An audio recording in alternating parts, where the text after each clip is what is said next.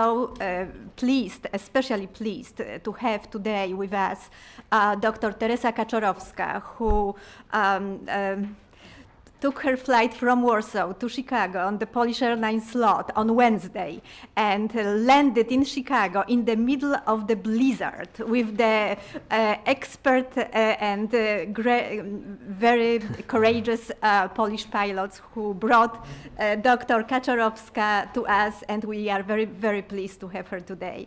Dr. Kaczorowska has a degree in humanities, journalism. She's a writer, poet, academic and lecturer at the Geister Academy of Humanities in Półtusk, Poland.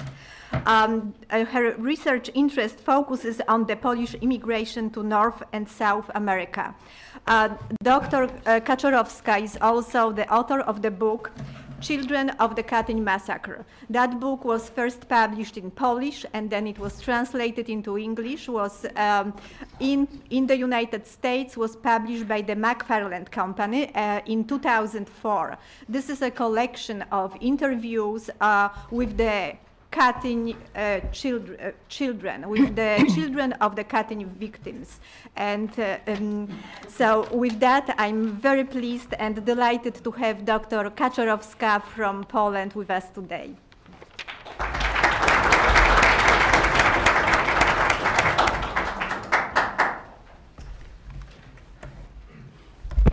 Welcome. Yes, I think the most difficult and the longest trip from Warsaw to Cleveland, through snowstorm, through windows, etc. 3 days.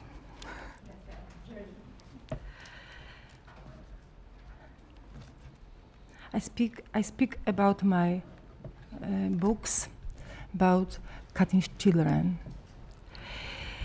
The problem of the Katyn crime has interested me from my youngest years.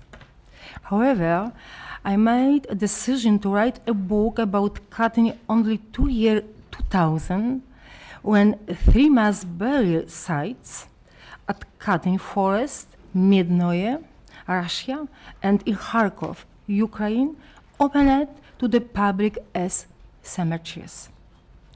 It was during the solemn ceremonies opening these necropolises that contain the remains of close to 15,000 out of 22,000 Polish victims, that I decided to write about this tragedy. It was also during this time that I saw on television some of the children of the Katyn victims, sons and daughters of the Polish officer scattered around the world. I saw these people up close for the first time on Polish television. By the year 2000, they all were already in their twilight years.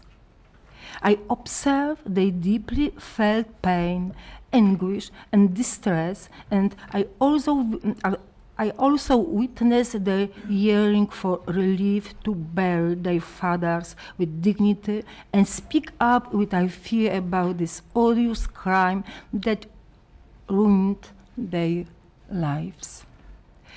It was then that I decided to contact some of the Katyn children in order to describe their struggles. The idea turned out to be more difficult than I could expect. It was not easy to find these people, to get to them in remote places in 6 different countries on 3 different continents. It was even more difficult to exalt them to their most painful memories. Despite all this, after several years at hard work, my book, factual documentary revealing a reality I know because forbidden for half a century, came into being. The book consists of 18 reports that described the fate of children of the Polish officers held in the Soviet Katyn Massacre. I also contact sons of two Polish officers who, although they taken prisoners, escaped the cruel fate of others and survived. But this luck didn't make their future any easier. Each of the 18 biographies is unique. All 18 of them were citizens of the Second Polish Republic at birth, but today live in 6 different countries. Several of them live in Poland, others live in Lithuania, Ukraine, the United States, Canada, and Israel.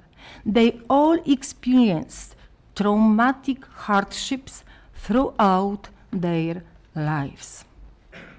So, Katyn's children from the earliest years were condemned to grave adversity as orphans wandering from the Soviet gulags and German prisons to the far corners of the world. Many of them in permanent exile from their homeland. Among these children are the deportees to the depths of the Soviet Union, those imprisoned in death camps and slave labor camps, whether in German territory and in that of the Soviet Union. Among them are members of the resistance, the Grey Rank Youth Resistance, the Union and Armed Struggle, the Home Army, and participants of the 1944 National Uprising in Warsaw. Today they are people of various professions. They are like ordinary people, like the rest of us, but in their hearts they carry a horrific baggage of history. They all carry the scar of Katyn. The very scar of Katyn made it extremely difficult. In particular, gaining education and making careers was an uphill battle for the Katyn children, and the Soviet made clandestine dissuasive efforts to hold them back. The children quickly learned that they couldn't even mention their fathers' names for fear of being discriminated against. This experience of being persecuted for just mentioning for their fathers' names forced the Katyn children to live with a lie in great uncertainty and ever-present fear. My book attempts to present to children suffering not only as a result of their father's mysterious disappearance, but also because they were deprived of using their father's surnames, lacked any knowledge of their resting place, and had no access to their graves. They were sometimes told that the graves of the alleged criminals weren't to be honored. The book also shows how the children survive while living with stigma of the lie. One of the characters of my book, Wesley Adamczyk from Chicago, the son of the Polish officer from Wołyń, presently the Ukraine, who lost his father in the Katyn Massacre, found relief only in the year 2000, when for the first time he visited the Katyn forest and prayed at his father's grave. He then described his life in biography, When God Looked at the Other Way. Wesley Adamczyk is here. Welcome. Another child, Alicja Grabowska, a philologist and poet who lives in Warsaw, shares her experience about growing up in Poland as a child of the Katyn officer. Her father, Kazimierz Roman Grabowski, was an established educator and psychologist. When Poland was attacked by the Nazi Germany on September the 1st, 1998, he was summoned to defend his homeland. Days later, when Poland was attacked by her other neighbor, the Soviet Union, he was taken prison and was executed by NKVD in Katyn by a single shot to the back of his head. He was 59 years old and his daughter Alicia not even 3. In my book, Children of the Katyn Massacre, Alicia records her Katyn scar as follows. She thought, these experiences and repressions were the cause of Mom's constant fear. She sees speaking out loud about her husband's Katyn past. She understood that the word Katyn was a stigma, that is awake panic, and that it meant cancellation of opportunity in the lives of her children. My mother and I had to swear, my brother and I had to swear to her that we too would keep our silence and not ever bring up any mention of Katyn. Mom placed a tape not only over her month, but over the months of my brother and me as well. From the time forward, we lived not only in sorrow for our murdered father, but also in the consciousness of a lie, with the feeling of being wrong, with shame and humiliation, and with questions. For what? Why? Mom didn't live to see the time when it was possible to speak openly and loud about Katyn without any tape over the month. She worked long and hard. She taught my son as well. She never remarried, and she loved my father her entire life. She died in 1983. I wish to stress something extremely important. The Polish prisoners of war weren't executed because of any committed crimes and violent actions. They were murdered because of their nationality, in accordance with a wider plan of exterminating the Polish state. This became the primary goal of the Soviet leaders once they signed the Ribbentrop-Molotov Pact on August the 23rd, 1939. Whether the Polish elite wanting to wage a war of independence in the future, Stalin decided to eliminate about 22,000 of Polish intelligentsia and expel their families from the Polish lands. The Soviet government blamed Germans for the Katyn massacre and protected this lie for half a century. The aggressive propaganda and political actions were also aimed at erasing any material traces and immaterial memories of the Katyn crime. The Soviets were preoccupied with the destruction of evidence of the Katyn crime to very last days of the Soviet Empire. Here is an excerpt from my book on how the excavations of mass graves after the collapse of the Soviet Union revealed that the bones of the victims in mass graves were grinded in effort to destroy the incriminating evidence. It comes from a testimony of Ewa Gruner, a doctor from Szczecin, from Poland, who lost her father, Julian Gruner, a well-known doctor from Lviv, now in the Ukraine, in the Katyn Massacre. He was shot dead by an NKVD in the cellars in Kharkov and buried in the nearby KGB forest. He was 42 years old, and his only daughter, Eva, was just 6.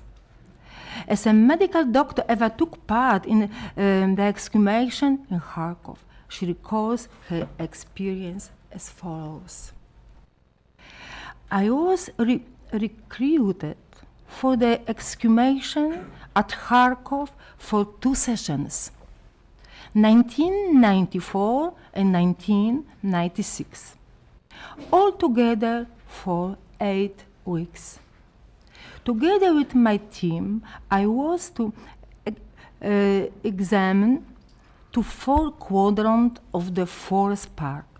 It was there that the burial place of the murdered prisoners of war from Starobelsk had come to light.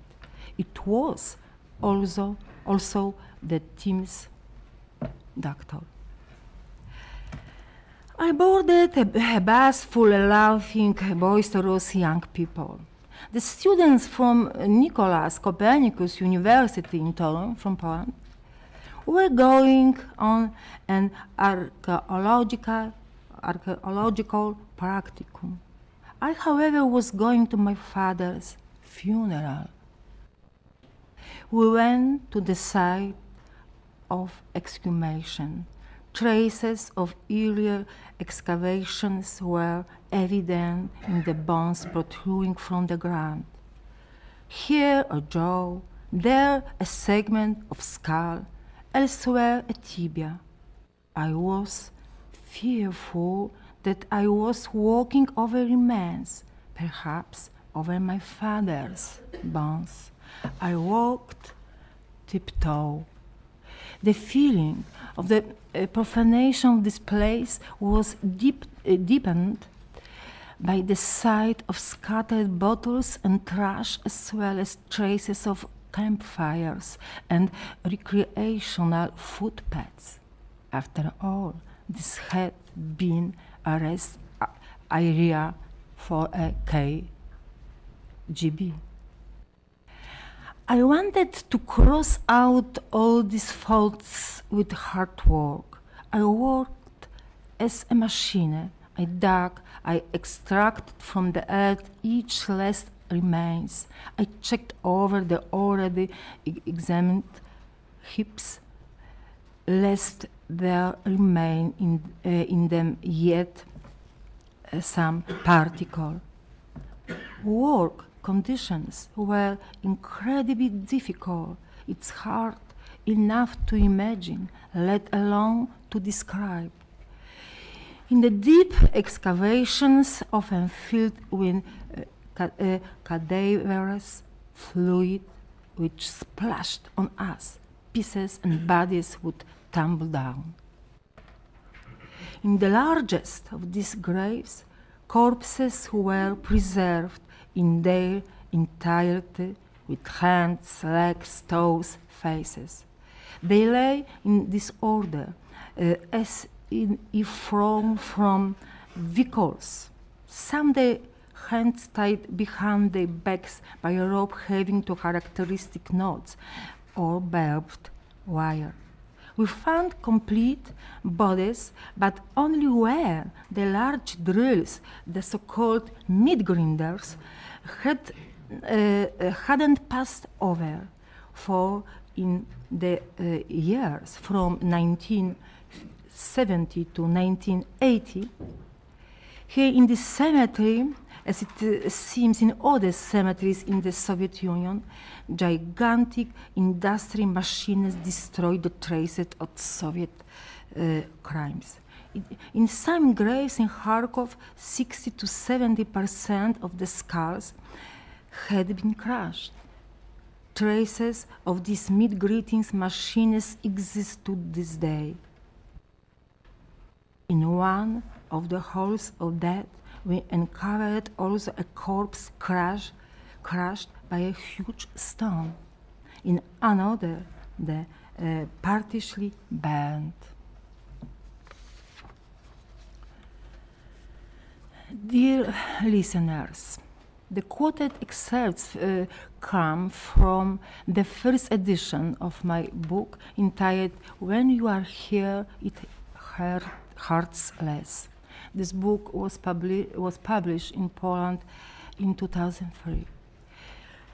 This book was also published in English as a Children of the Katyn Massacre in 2016 in the USA. Next year, on the 70th anniversary of the Katyn Massacre, the second edition of this book was released in Poland, entire Dzieci Katynia. It is this book. It was published in Warsaw by Bellona in 2010. This edition is a supplement with additional material as new facts were released in the last years. In 2004, Russia discontinued a 14-year-long Katyn investigation, virtually closing its archives on Katyn. Even the grounds for terminating the investigation were categorized as top secret and not released to the public. Subsequently, the independent Polish investigation was launched by the Institute of National Remembrance, IPN, and the Commission for the Prosecution of Crimes Against the Polish Nation. But its progress has been severely impeded by Moscow's lack of cooperation.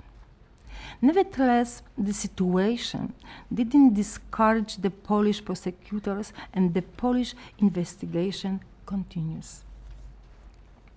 In 2007 year, 13 of the Katyn children turned to the European Court of Human Rights for help. Thus, the new edition of my book includes 2 new chapters about 2 children who sued the Russian government before the European Tribunal for Human Rights. The investigation in Strasbourg is ongoing, but Russia still doesn't feel any responsibility for the crime, and in the explanatory notes sent to Strasbourg, the Katyn Massacre was named as the Katyn events.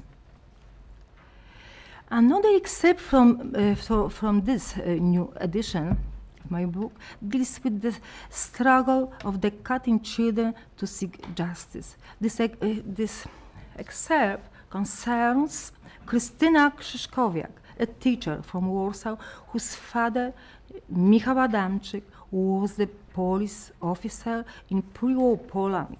In autumn of 1939, after Germany invaded Poland on September the 1st, and the Soviet Union did the same on September the 17th, Krystyna's father was taken prisoner by the Soviets and placed in the Ostaszków camp. In the spring of 1940, he was transported to Ostaszków, from Ostaszków to Kalinin, where he was executed with a shot to the back of the head in the NKVD cellars, and subsequently buried in the ditch in the Miednoje forest. He was 37 years old, and his daughter Krystyna was about to be born. She told. In the summer of 1940, 1891, on August the 31st, Krystyna Krzyżkowiak visited Miednoje to the place of her father's burial for the first time.